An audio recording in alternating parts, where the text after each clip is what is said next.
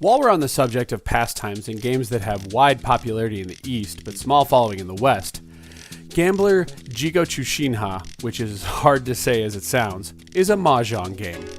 Much like Ram Ram Karaoke, this is limited to Eastern releases and probably won't be played much by Western gamers, but nonetheless, let's talk about the history and details surrounding this popular tile-based game.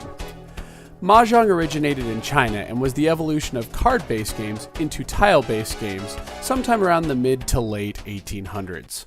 While regional differences vary, the game is typically played with a set of 144 titles with traditional Chinese characters and involves 4 players.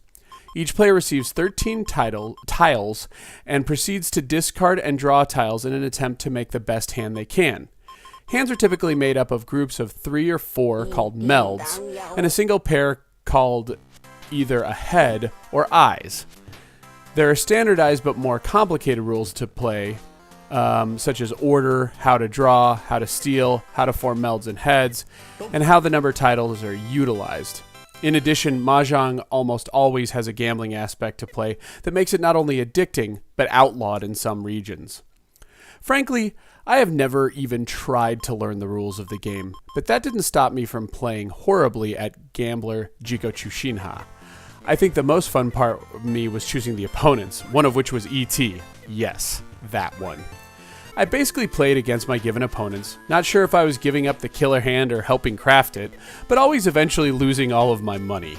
After about half an hour of watching tens of thousands of yen flush down the toilet, I hung my head in shame and quit playing. Even for someone like myself, who has no clue how to play Mahjong, I could at least tell that it was one of the more animated and charming versions of the game. If you do play Mahjong, or you're looking to play a lively version of the game, Gambler Jikochushinha may very well be worth looking into. For the rest of us in the West, there's really no point.